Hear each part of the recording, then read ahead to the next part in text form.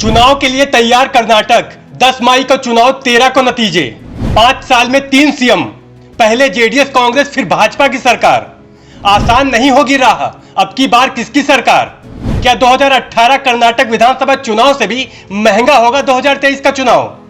कर्नाटक के चुनाव को 2024 लोकसभा चुनाव का सेमीफाइनल माना जा रहा है। पिछली बार कांटे की टक्कर के बाद कांग्रेस और जेडीयू की सरकार बन गई थी, लेकिन वो चल नहीं पाई और बीजेपी ने बाजी मारी। ऐसे में इस बार का चुनाव दिलचस्प है। अब देखना यह है कि कर्नाटक की जनता डबल इंजन सरकार को फिर से लाती है या फिर बदलाव करती है। बता दें, कर्नाटक में विधानसभा चुनाव 10 मई को होंगे और नतीजे 13 मई को आएंगे।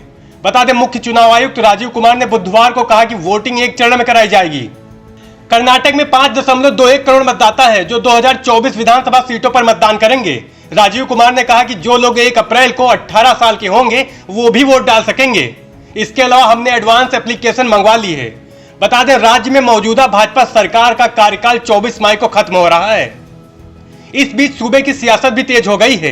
कर्नाटक के सीएम बसवराज बोम्मई ने कहा कि बीजेपी चुनाव के लिए हमेशा तैयार रहती है। बता दें, कांग्रेस और बीजेपी के बीच सीधा मुकाबला है, तो जेडीएस सहित कई छोटी पार्टियां भी किस्मत आजमाने के लेकर उतर रही हैं। बता दें, कांग्रेस ने उम्मीदवारों की पहली लिस्ट पहले ही जारी कर दी है, तो जेडीएस ने भी लगभग 94 सीटों पर उम्मीदवारों के नाम का ऐलान कर रखा है। कर्नाटक विधानसभा चुनाव की सरगर्मियां काफी पहले से ही गर्मा गई थी। बता दें, राज्य की चुनावी बाजी जीतने के लिए बीजेपी, कांग्रेस और जेडीएस जैसी पार्टियों ने पूरी ताकत झोंक रखी है। मुख्यमंत्री बसवराज बोम्मई के सहारे बीजेपी अपनी सत्ता को बचाए रखने की जद्दोजहद कर रही है, तो कांग्रेस डीके शिवकुमार और सिद्धरमैया जैसे चेहरे के दम पर दोबारा सत्ता में आने की वापसी में लगी है। वहीं कुमारस्वामी की अगुवाई में जेडीएस एक बार फिर से किंग मेकर बनने की कवायद में है। आपको बता दें, राज्य की कुल 224 सदस्यों की विधानसभा में चुनाव से पहले बीजेपी के कई नेताओं ने हाल ही में पाला बदलकर कांग्रेस का हाथ थाम लिया। कर्नाटक की मौजूदा हालत को देखें तो साफ है कि इस बार सीधा मुकाबला बीजेपी कांग्रेस के बीच होता दिख रहा है।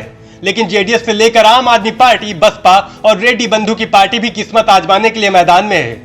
2018 कर्नाटक विधानसभा की कुल 224 सीटों में से कांग्रेस 38.14% वोटों के साथ साथ 80 सीटें जीती थी, तो बीजेपी को 36.35% वोटों के साथ 104 सीटें मिली थी।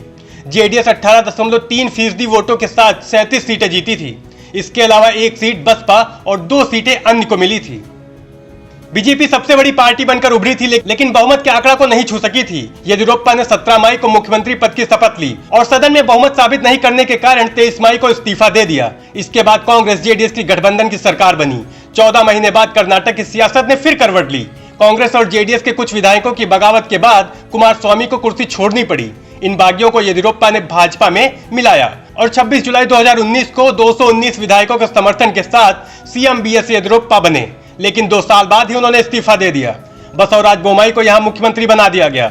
बता दें, 2018 कर्नाटक विधानसभा सबसे महंगा चुनाव था, जिसमें 5.6 करोड़ से अधिक मतदाताओं में से रिकॉर्ड 72.13% ने मतदान किया था। सेंटर फॉर मीडिया स्टडीज ने अपने सर्वे में इसे सबसे महंगा चुनाव बताया था।